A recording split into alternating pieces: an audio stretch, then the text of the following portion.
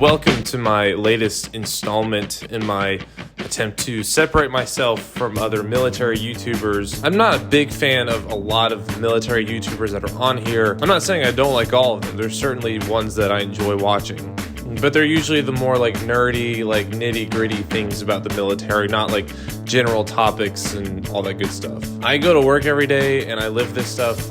I generally don't need to come home and watch videos on it. My issue in large part with a lot of military channels, and it's typically like smaller ones that are just trying to start out, is that they overcomplicate everything.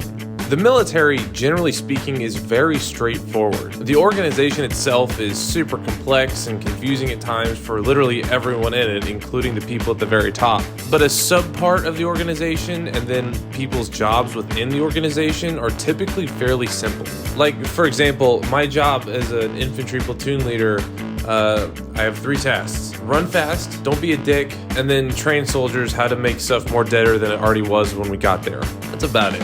And this straightforward simplicity, it applies to most things in the military. Now, I'll caveat and say, of course, things like going into special forces or some kind of elite something or other is going to be more complex, more complicated, more nuanced than what I'm talking about, but those are the exceptions and not the rule. But like I said, things are generally straightforward, and that's why a lot of times I try not to make videos on specific topics because I struggle with it. It's hard for me to just talk about one thing for an entire video and it not be either 30 seconds long or just me reading a list out of a training manual. I mean, naturally though, for a myriad of reasons, people are curious about different parts of the military. I do it also.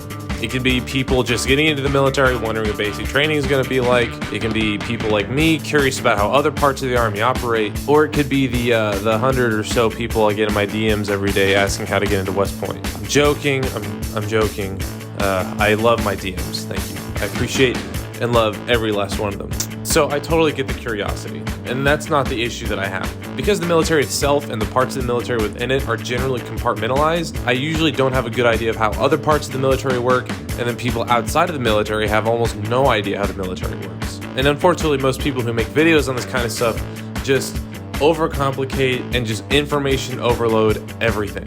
If you look up airborne school in the Google video search bar, you'll get over 440,000 results. A massive percentage of these are people describing what airborne is like, how you should prepare for it, what to bring, how to pass. Every single minutia you could possibly imagine is in there. This guy made 17 videos just about airborne school, a 3-week course, for a whopping 1 hour and 46 minutes of content. For reference, the official Fort Benning video covering every single aspect and training criteria of the school is 3 videos and less than 12 minutes total. I could barely make 1 video on the subject, and if you look at it, the entire first minute of the video is just me making a joke about the shirt I'm wearing, and then I only talk about the actual school for like 90 seconds. Shout out to the guy who said that this was the best explanation of airborne school ever. I rest my case. The reason I struggled with making a video about it is because airborne school is by far the simplest thing I've ever done in the Army. You literally just show up, they give you the stuff you need, you do 2 weeks of a very, very simple and easy training on how to steer and land your parachute, and then you get your 5 jumps. Jump week was the easiest one. You literally just jump out. That's quite literally all that is required of you to succeed. There aren't any tips and tricks, there aren't any airborne hacks, and the first 2 weeks before you jump are by and large boring because you just sit around baking in the sun waiting for your turn to practice at PLF for the umpteenth thousandth time.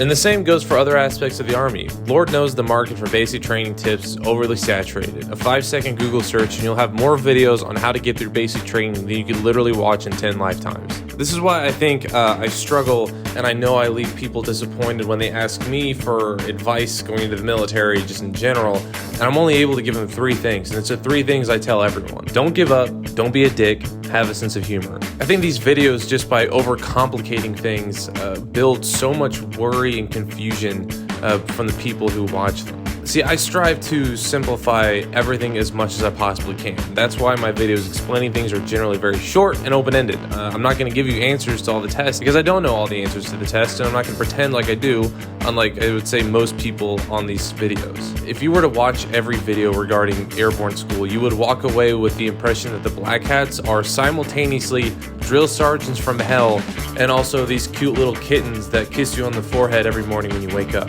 Or that simultaneously airborne school is somehow the hardest thing you'll ever do and the easiest thing you'll ever do, and that the airborne badge is either a signifier that you're in an elite group of special people, or it is the one of many participation badges you will earn in your time in the military. The list goes on and on. And the problem with explaining things in way too much depth in the military is that the military, in every aspect, is wildly subjective. It is a person-based organization with a rapid turnover rate and a culture that is entirely based on its leadership. The company that I'm a platoon leader in was a completely different company a year ago. I get new soldiers and I lose soldiers monthly. The culture in an entire unit can flip 180 degrees in literally 1 month with a change out of just 2 individuals. And just standards and how the armies run change constantly, every single year. So for example, the beast that I went through when I was a new cadet is not the same beast that someone will go through this year, this summer. When you're trying to capture every single tiny detail of some aspect of the military, it's just going to be an information overload that generally doesn't do anyone any good. Like I said, I try to keep things as simple as possible, and part of that is flexibility.